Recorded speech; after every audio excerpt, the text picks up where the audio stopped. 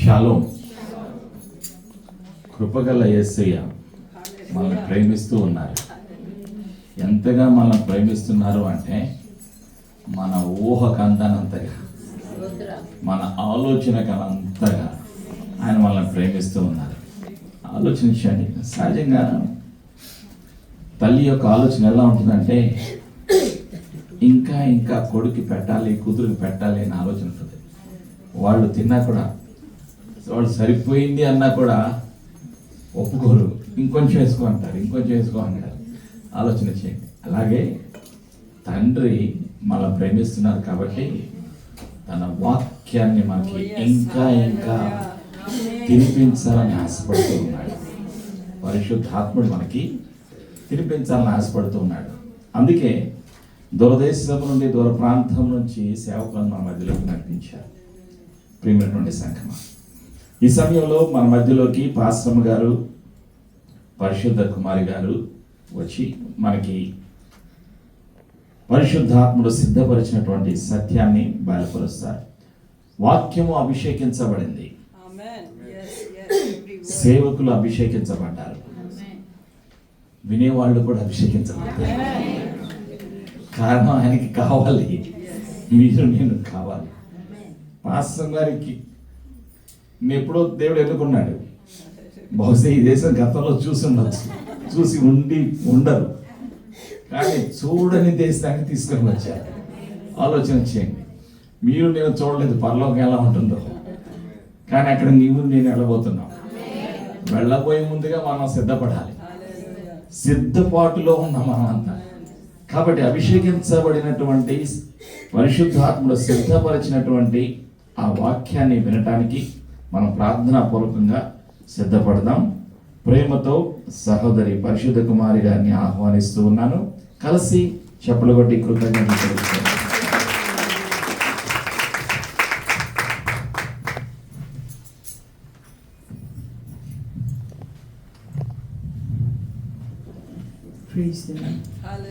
Shalom. దేవుని పరిశుద్ధ నామానికి స్తోత్రం కలుగును గాక. దైవజనులైనటువంటి ప్రతి ఒక్కరికి, ప్రత్యేకించి స్థానిక సంఘ కాపరి, యూపీఎఫ్ ఓవర్సీస్ డైరెక్టర్ డాక్టర్ ప్రతిభారావు గారికి, కూడి వచ్చిన మీ అందరికీ కూడా మరొకసారి వందనాలు తెలియజేస్తూ ఉన్నాను. నా పేరు చెప్పారు. నా పేరు పరిశుద్ధ కుమారి. మేము గుంటూరు నుండి వచ్చాం. దేవుని సేవలో ఉండడానికి దేవుడు తన కృప ద్వారా మమ్మలను ఎన్నుకున్నాడు. మనుషులంగా చెప్పుకోవడానికి ఏమీ లేదు. మార్టిన్ లూథర్ అంటాడు, సోలో గ్రేషియా, జస్ట్ గ్రేస్ కదా. మనుషులుగా చూపెట్టుకోవడానికి కానీ చెప్పుకోవడానికి కానీ ఏమి నథింగ్. ఎందుకంటే కోట్ల ఆస్తికర్త అయిన అబ్రహాము దేవుని దగ్గర మాట్లాడాల్సి వచ్చినప్పుడు దుమ్మును బూడిదను కదా, దుమ్మును బూడిదను ధూళిని నేను మాటలాడ తెగిస్తున్నాను. కోటేశ్వరుడు, కోట్లకు అధిపతి. అలా చెప్పగలిగినప్పుడు మనం ఏం చెప్పుకుందాం? ఒకటి. రెండోది, అబ్రహాము దేవుని ద్వారా పిలువబడిన మొట్టమొదటి విశ్వాసం. దేవుడే కోరుకుని పిలుచుకున్న మనుషుడు. అతను నేను దుమ్ముని, నేను బూడిదను అన్నప్పుడు అన్య దేశస్థులం మనం, విగ్రహారాధికులైన పాపులం మనం. ఏం చెప్పుకుందాం దేవుని దగ్గర? మనకంటూ సొంతదేది చెప్పుకోవడానికైన ఘనత నథింగ్, ఏమీ లేని వారం. కానీ దేవుడు కోరుకొని పిలిచాడు. దేవునికి స్తోత్రం. మాకు ఒక పాట రాశారు అబ్రహాం గారని, హోసన్న మినిస్టర్. జస్ట్ ఒక పల్లవి. ఏంటది? నన్ను కోరుకున్న యేసయ్యా, నన్ను కోరుకున్న నిజ స్నేహితుడా, వనజము కాచి నీ ప్రేమ ప్రపంచములో నుంచినావు, నీ ప్రేమ వర్ణింపనా తరమా, ఆరాధింపనా బలమా, నన్ను దినాన కొలువైన నా వరమా. మది మందిరాన కొలువైన తన యవ్వన కాలపు రక్తాన్ని కాచిన యేసు క్రీస్తుని బట్టి మాత్రమే మనం ఇక్కడ ఉన్నాం. ప్రత్యేకించి మేము ఇంత దూర దేశానికి ప్రయాణం చేయగలిగిన కెపాసిటీ ఫిజికల్గా మాకు లేని పరిస్థితులు. అక్క చెప్పారు నిన్న జ్యోతక్క, తన మరి హెల్త్ కండిషన్ బట్టి అప్పుడైతే తన దగ్గర నుండి తనకి దగ్గరగా పరిచర్యలో హెల్ప్ చేసిన ఒక అబ్బాయి సుధీర్ తను వచ్చి ఏదో మాట్లాడడానికి వచ్చాక, రేపటి teachers Sunday school teachers training program ఉంది, మీ పిల్లల్ని కూడా పంపించండి, నీ పని చూస్తే నీ పని ఇలాగా, అక్క చూస్తే అలాగా, మీరు ఇంకా పని చేయలేరు, మీరు కొంచెం రెస్ట్ తీసుకోవాలనగా నేను ఏసి రక్తం చేయను సైతాన్ అప్పో అవతలకే అని. ఎవరిని అంటున్నావు అన్నాడు. నిన్ను అంటున్నా, నీ వెనకాల నేను చెప్పిస్తున్న దయ్యాన్ని కూడా. అంటే ఏమి చేయలేరు మీరు, ఇంకా జస్ట్ రెస్ట్ తీసుకోండి. కానీ దేవుని మహాకృప అంటే నన్ను కూడా ఏంటి అంటే నా లివరు ప్రోటీన్ డిఫిషియన్సీని బట్టి నా చిన్నప్పటి నుండే అది పాడవుతూ వచ్చిందంట. నాకు 2018లో తెలిసింది క్లియర్గా. ఆ టెస్టులు చేపిస్తే 80% ఆఫ్ లివర్ నాట్ వర్కింగ్. ప్రపంచంలో ఏ దేశానికి వెళ్ళినా మందు లేదు, జస్ట్ 20% వర్కింగ్. దాంతోనే నేను బ్రతుకుతూ ఉన్నాను. అందుకని తను అలాగే చెప్పాడనమాట, మీ పని అయిపోయిందని. అయితే దేవుడు మమ్మల్ని అబుదాబి వరకు తీసుకొని వచ్చాడు. టైం లేక ఎగిరి గంతులేయలేదు, కానీ లేకపోతే బాగా అరిచి గట్టిగా చెప్పగలదు జ్యోతక్క. దేవునికి స్తోత్రం కలుగును గాక. దేవుని యొక్క మహాకృపలో మనం విన్నాం. ఫస్ట్ రోజునే ఇస్సాకును గురించి చెప్తున్నప్పుడు, ఇస్సాకుకి తండ్రి నుండి ఆస్తి వచ్చింది, అదే సమయంలో వాగ్దానం కూడా దేవుడు చేశాడు. అక్కడి నుండి పంచుకున్న ఆస్తి మాత్రమే కాదు, లేక ఆయన పిలుపుని తిని పంచుకోలేదు. అబ్రహాము యొక్క పిలుపుని ఇస్సాకు పంచుకోలేదు. దేవుడు ఇస్సాకుతో కూడా నిబంధనను చేశాడు.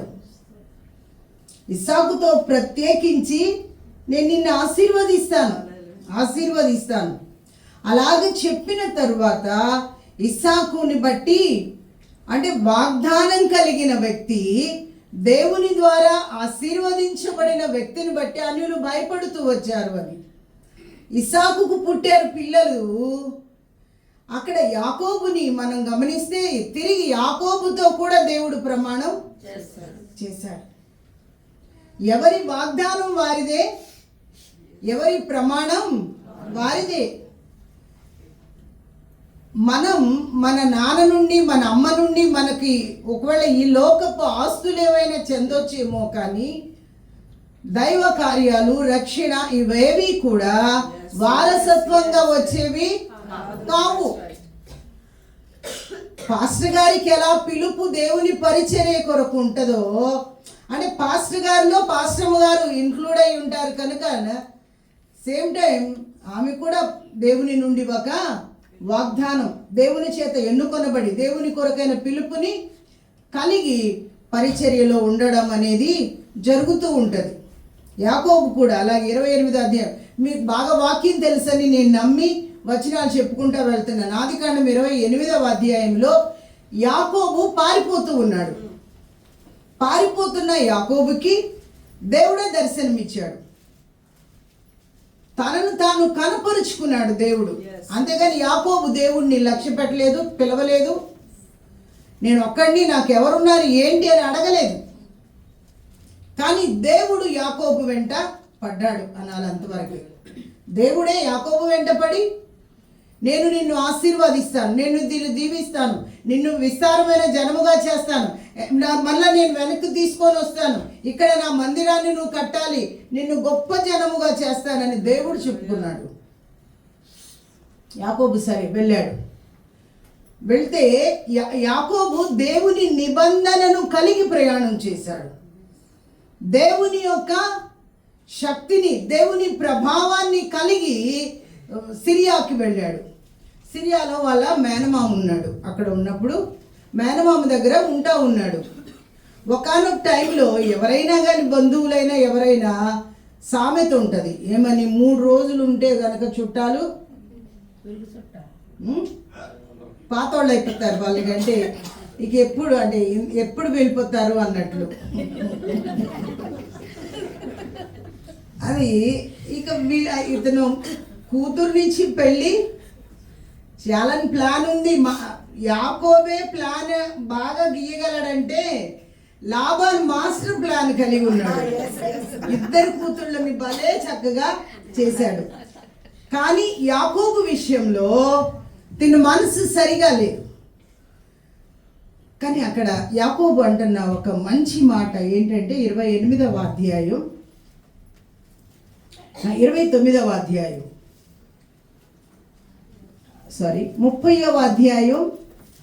30వ వచనం. ఆదికాండం 30వ అధ్యాయం 30వ వచనం. నేను రాకమునుపు నీకుండినది కొంచెమే. ఎవరికండి?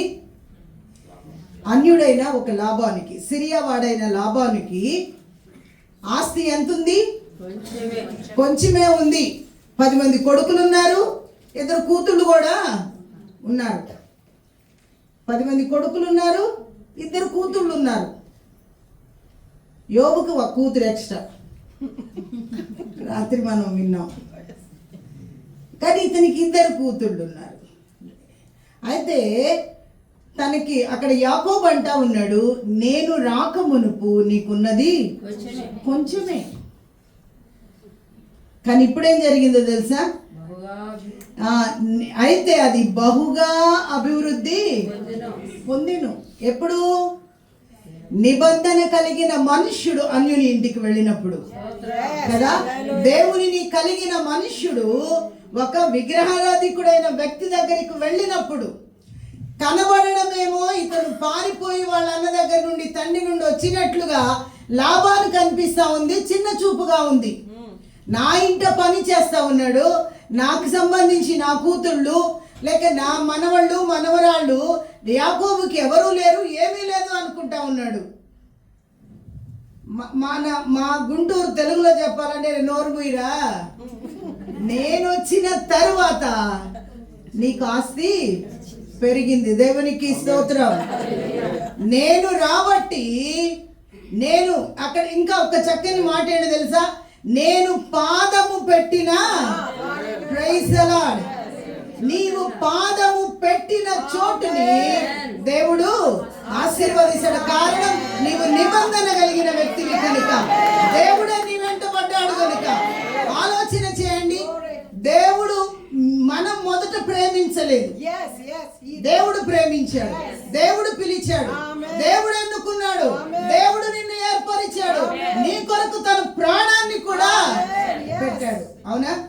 ఇంకా అంటాడు, క్రొత్త నిబంధన చేస్తాను. పాత నిబంధన ఏమో కానీ రాళ్ళ మీద రాశాను, నాకు అది చేసినప్పుడు ఏం జరిగిందంటే క్రొత్త నిబంధన ఎలాగా అనుకునేదాన్ని కొంచెం అర్థం కానప్పుడు యేసుక్రీస్తు ఆ రాత్రి భోజనం భోజనం చేస్తూ ఉన్నారు. నెక్స్ట్ డే ఆయన చనిపోయే రోజున ఆయన ఒక పాత్రను ఎత్తుకొని, నా రక్తము వలన ఆయన క్రొత్త నిబంధన, దేవునికి స్తోత్రం. అమ్మాయిలకి రక్తంతో లెటర్స్ రాస్తా ఉంటారు. ఆద్యుడు యేసుక్రీస్తు. పాస్టర్కి పడవి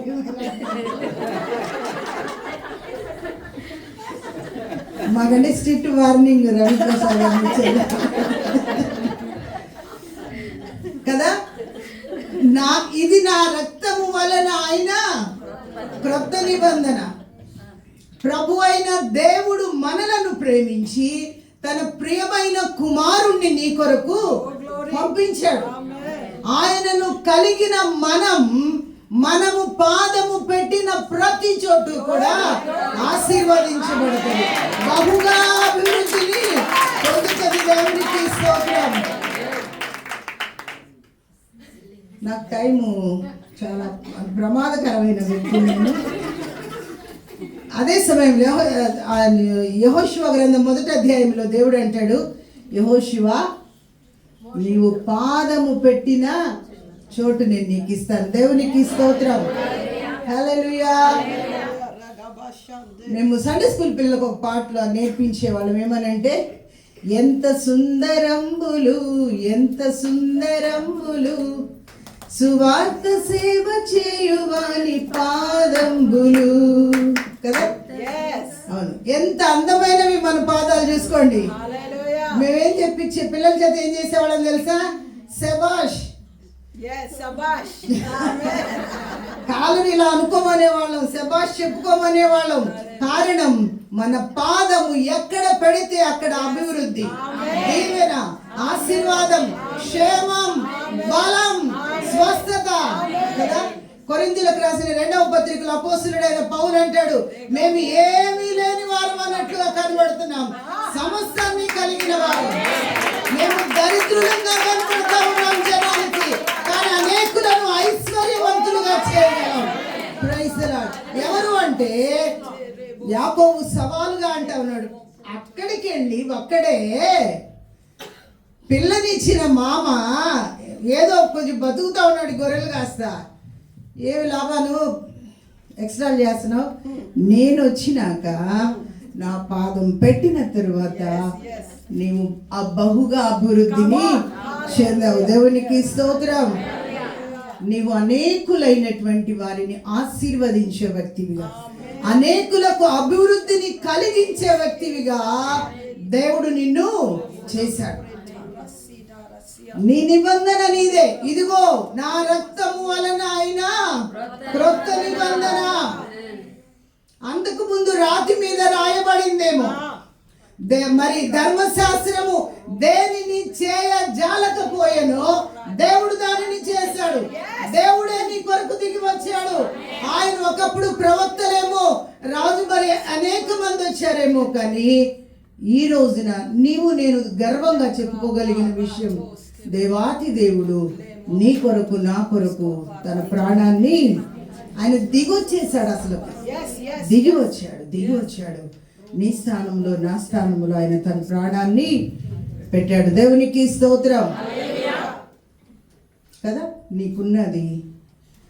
ఇంకొక వచనంలో న్యాయాధిపతుల గ్రంథంలో దెబోరా అంటది అక్కడ చూడండి. న్యాయాధిపతుల గ్రంథం ఇక్కడైతే, అక్కడేమో నీకున్నది కొంచెమే అనే మాట, ఇక్కడైతే ఇశ్రాయేలీలకు అసలేమీ లేదంట. చూడండి 5వ అధ్యాయం, న్యాయాధిపతుల గ్రంథం 5వ అధ్యాయం 7, 8, 9 వచనాలు. ఇశ్రాయేలీల అధిపతులు లేకపోయిరి, దెబోరాను నేను రాకమునుపు, ఇశ్రాయేలులో నేను తల్లిగా ఉండక మునుపు వారు లేకపోయిరి. కొత్త దేవతలను కోరుకొనగా యుద్ధము ద్వారముల యొద్దకు వచ్చెను. ఇశ్రాయేలీలో 40,000 మందికి ఒక కేడమే గాని ఏది కనబడలేదంట. దెబోరా అంటే దేవుడు ఎన్నుకున్నాడు దెబోరాని, ఒక గొప్ప ప్రవక్తినిగా చేశాడు. ఆమె జస్ట్ ప్రవక్తినినేనా, న్యాయాధిపతిగా నిలవబడింది. ఎంత మంది ఆమె ముందుకు వచ్చినప్పుడు ఆమె తీర్పు తీరుస్తా ఉంది ఇశ్రాయేలీయులకు. అక్కడ అంటా ఉంది, నేను అమ్మగా వీళ్ళకి దగ్గరికి రాకమునుపు 40,000 మంది అధిపతులు ఉన్నారేమో, కానీ ఒక్క కయడము కానీ ఖడ్గము ఏది కూడా అసలు చూడండి. 40,000 మంది పెద్ద నాయకులేంటి, వాళ్ళకి కనీసం యుద్ధం చేయడానికి ఒక చిన్న ఆయుధం,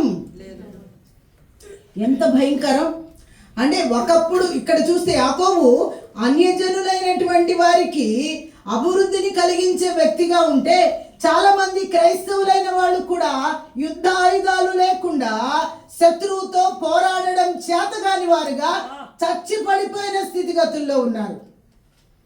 ఇప్పుడు నీవు అమ్మగా దేవుడు నిన్ను ఏర్పరచుకున్నాడు కదా, నీవు అమ్మగా ఉన్నావు. నేను రాక మునుపు అంటే ఇప్పుడు ఆవిడ వచ్చిన తరువాత ప్రతి ఒక్కరి చేతులలో ఆయుధాలు వచ్చే. దేవునికి స్తోత్రం. అవునా? ప్రభువు మాట సెలవిస్తా ఉన్నాడు, దాన్ని ప్రకటించే స్త్రీలు. అక్కడ ఆ మాట అందరికీ తెలుసు. తర్వాత అంటే తెలుసా, ఇంట నిలిచినది దోపుడు సొమ్ము పంచుకో. అంటే ప్రకటన చేయడానికి బయటికి వెళ్ళే వాళ్ళు వెళ్తా ఉన్నారు, కానీ ఇంట్లో నిలబడినటువంటి వారు దోపుడు సొమ్ము పంచుకున్నారు. అంటే యుద్ధం అయిపోయింది, వచ్చిన ఆస్తులను పంచుకోవాల్సి వస్తే ఇంట్లో ఉన్న ఆవిడ కూడా పంచుకుంటుందంట. నువ్వెందుకు పంచుకుంటావు? నీకేం పని? ఇంట్లో ఉండి బొవ్వల కూరలు వండుకుంటావు కదా. నేను యుద్ధానికి వెళ్ళాను, నేను కత్తి పట్టుకున్నాను, చావుకైనా వెనకాడకుండా యుద్ధం చేశాను. నువ్వెలాగా? నేను ఇంట్లో ఉండి కూడా మోకరించి ప్రార్థన చేశాను. దేవునికి స్తోత్రం. నా చేతులు పైకెత్తాను దేవుని వైపు. దేవునికి స్తోత్రం. నేను ఆరాధిస్తా వచ్చాను, నేను కన్నీరు విడుస్తా వచ్చాను, నేను మూలుగులిడుతూ వచ్చాను, రోదన ధ్వని చేశాను, ప్రకటించే స్త్రీల కొరకు చేశాను, రక్షణ పొందవలసిన అబుదాబి కొరకు ప్రార్థన. నీకు కనబడకపోవచ్చు నువ్వు చేసిన ప్రార్థన ఫలం. ఏమండి, దానియేలు ఉపవాసాలు ఉన్నప్పుడు ఎవరికి తెలియదు. అతని గ్రంథం బయటకు వచ్చిన తర్వాత తెలిసింది, కానీ అతను ప్రార్థన చేసినట్లు ఎవరికి తెలుసు? ముసలి కాలంలో 80 పైబడిన మనుషుడు ఉపవాసం ఉన్నాడు, కన్నీటితో ప్రార్థన చేశాడు, దేవుడు దర్శనాలు ఇచ్చాడు. ఎప్పటికి తెలిసింది అవి? బుక్ బయటకు వచ్చి నాకు ఎప్పటికో తెలిసింది. కార్యాలు జరగలేదా? కోరేషు రాలేదా? మరి సొంత దేశానికి వెళ్ళొచ్చు అనే ప్రకటనలు వెలువడలేదా? మందిరం గడతానికి అన్ని తీసుకొని వెళ్ళండి అని అతను ఆజ్ఞాపించలేదా? యుద్ధానికి వెళ్ళే వాళ్ళు వెళ్తా ఉన్నప్పుడు అవకాశం లేని వాళ్ళు ఎక్కడ ఉన్నా మోకరించి ప్రార్థన. వేకువ మాత్రమే ప్రార్థన చేసుకొని విడిచిపెడదామా? కాదు, రోజంతా ఏ పనిలో ఉన్నా కానీ నువ్వెక్కడ పని చేస్తుంటే నీ ప్రక్క వాళ్ళు, నీ ఎదురు వాళ్ళు, ఎవరినైనా సరే వీళ్ళని దర్శించు. నీ దర్శనం కలగాలి. నేను ఇక్కడ పని చేస్తున్నాను, నా పాదం ఇక్కడ ఉంది కనుక ఇక్కడ ప్రజల రక్షణ పొందాలి, నీ ప్రజెన్స్ వాళ్ళు ఫీల్ అవ్వాలి. నేను ఒకసారి ఒక గైడ్ పోస్ట్ బుక్ లో చదువుతా ఉన్నప్పుడు సెలూన్కి డిఎల్ మూడీ వచ్చాడు. డిఎల్ మూడీ అట్లా రాగానే ఏదో ఒక ప్రెజెన్స్ అదంతా ఆవరించినట్లయిపోయిందంట. కనుక అలాంటి నా నుండి ప్రభావం బయటికి వెళ్ళాలి. దేవునికి స్తోత్రం. హల్లెలూయా. నీవున్న చోట్లో నీలో నుండి ప్రభావం వెళ్ళాలి. నీవు అనేకులకు స్వస్థతను కలిగించే విధముగా, అనేకులకు ఆదరణ కలుగు చేసే విధముగా, అనేకులను దీవించే విధముగా నువ్వు నిలబడగలగాలి. చివరి ఒక సంఘం ఉంది కదండి, ఫిలదెల్ఫియా సంఘం. ఫిలదెల్ఫియా సంఘంతో ఏమంటాడు దేవుడు? నీకున్న శక్తి కొంచెమై ఉన్నను నన్ను ఎరుగనని నీవు. సంఖ్యపరంగా చిన్నదైనా, స్థలం పరంగా చిన్నదైనా, పరిస్థితులు ఏది మనల్ని చిన్నవిగా అనిపించుతున్నా దేవుని యొక్క నామాన్ని శ్రమ కాలములో ఎరుగను అని చెప్పకుండా ఆ సంఘం దేవుని కొరకు బలముగా నిలవబడింది. దేవుని కొరకు బలంగా నిలబడింది. అందుకని అంటాడు, ఫిలదెల్ఫియా సంఘం కానీ స్మరణ సంఘంలో ఆ లోపం చూపెట్టబడదు. మీరు చూసుకోండి. ఎవరైతే యూదులు కాకుండా, యూదులమని చెప్పుకునే దేవుని విశ్వాసులు కాకనే, దేవుని యొక్క ప్రవక్తలు కాకనే, దేవుని భక్తులు కాకనే, దేవుని వాగ్దాన నిబంధనలు సరిగా ఎరుగక లేకనే అనేకులు వచ్చి ఇదో లోపాలు చూపించే చాలా మందిని నీ కాళ్ళ దగ్గరకు వస్తారు అనేసి చెప్పాడు దేవుడు. అవునా? ముందే కోతలు కోసారేమో, కానీ ఈ రోజున వాడు నీ కాళ్ళ దగ్గరకు వచ్చి నీకు నమస్కారం చేస్తారు. దేవునికి స్తోత్రం. హల్లెలూయా. నీకున్నది కొంచెం, నేను వచ్చినాక అది బహుగా అభివృద్ధి చెందింది. యెహోషువ, నీ పాదం పెట్టే ప్రతి చోటు నేను నీకు ఇస్తాను. మీరు ఎక్కడెక్కడ ఉద్యోగాలు చేస్తున్నారు, ఎక్కడెక్కడ ఉంటా ఉన్నారు, కానీ మీ చుట్టుప్రక్కల ఉన్న వారిలో కదలిక కలగాలి. దేవుడు నీ పాదాన్ని ఆశీర్వదించాడు కదా. క్రీస్తు బాప్తిస్మం ద్వారా క్రీస్తుని ధరించుకొని ఉన్నాం మనం. మన పాదాలు క్రీస్తువి. సిలువ వేయబడిన క్రీస్తులో మనం ఉన్నాం. ఆయన చేతులు మన చేతులు, ఆయన పాదాలు మన పాదాలు. ఎటు నడుస్తున్నా నీ పాదాన్ని చూసుకుంటూ, ఇదిగో నా పాదాన్ని ఇక్కడ పెడతా ఉన్నాను, నీ కొరకు నేను గెలవాలి. యుద్ధాలకు వెళ్ళే వాళ్ళు వెళ్ళొచ్చేమో, నేనేమి చేయలేనేమో అనుకొనవద్దు, నువ్వు చేయగలవు. అక్కడ ఇంకా కీర్తనలు అంటాడు కదా సార్, రాజులు పారిపోయిరి. దేవునికి స్తోత్రం. శత్రువైన సాతాను రాజులు పారిపోతా ఉన్నారు. అది కొలస్సీ పత్రికలు అంటాడు కదా ఆయన, వాని అధికారులను ఆయన నిరాయుధులనుగా చేశాడు. వాడిని పట్టి తెచ్చి బాహాటముగా వేడుకకు కనపచ్చాడు. తిరణాల కుక్కను కొట్టినట్టు కొట్టాడాలండి అంటారు, మాకు తెలుసు కదా. తిరణాల కుక్కను కొట్టినట్టు కొట్టారు చూడండి అంటారు. అలాగే ప్రతి ఒక్కళ్ళకి చూపిస్తూ సైతానుని, గొలియాతు తలకాయను కూడా దావీదు ఎలా మొయ్యగలిగాడు. వాడి కత్తితో వాడి గొంతుకొచ్చింది కాకుండా, కొంచెం చిన్నవాడైనప్పటికీ కూడా శత్రువుని గెలిచిన విధానం. రాజులు ఓడిపోతారు నీ ముందు. దేవునికి స్తోత్రం. రాజులు పారిపోతారు. శత్రువు యొక్క సైన్యం అంతా కూడా నీవు పట్టుకున్న ఆయుధాలను కదా, యేసు రక్తం, యేసు నామం, యేసు క్రీస్తు, దేవుని వాక్యపు ఖడ్గము ద్వారా నువ్వు నిలబడినప్పుడు పారిపోతా ఉంటారు. అనేకులను నువ్వు విడిపిస్తావు. నీ పాదము పెట్టిన ప్రతి చోటు మహా అభివృద్ధి కలుగుతుంది. క్రీస్తు కొరకు పట్టబడుతుంది. శత్రువులైన అనేకులు నీకు వ్యతిరేకంగా నిలబడి మాట్లాడిన ప్రతి ఒక్కరు నీ పాదాల దగ్గరకు వచ్చి నీకు నమస్కారం చేస్తారు. దేవునికి స్తోత్రము కలుగును గాక. మన వినికిడిలో దేవుడి మాటలు దీవించును గాక.